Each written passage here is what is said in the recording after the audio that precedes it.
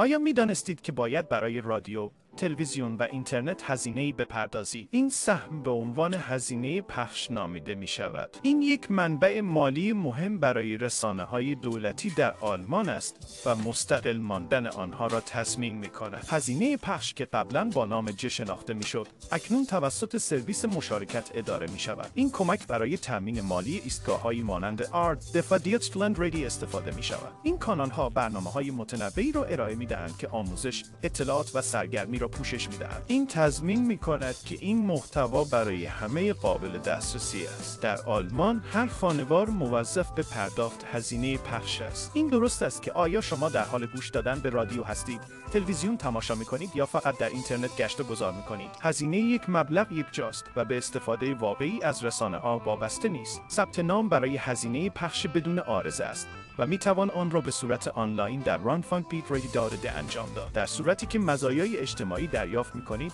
می‌توانید درخواست معافیت از کمک هزینه کنید. این امر مستلزم ارائه شواهد مناسب است. هزینه پخش بخش مهمی از چشم‌انداز رسانه‌ای در آلمان است. این تضمین می‌کند که پخش کننده‌های عمومی می‌توانند به طور مستقل فعالیت کنند و برای همه شهروندان قابل دسترسی باشند.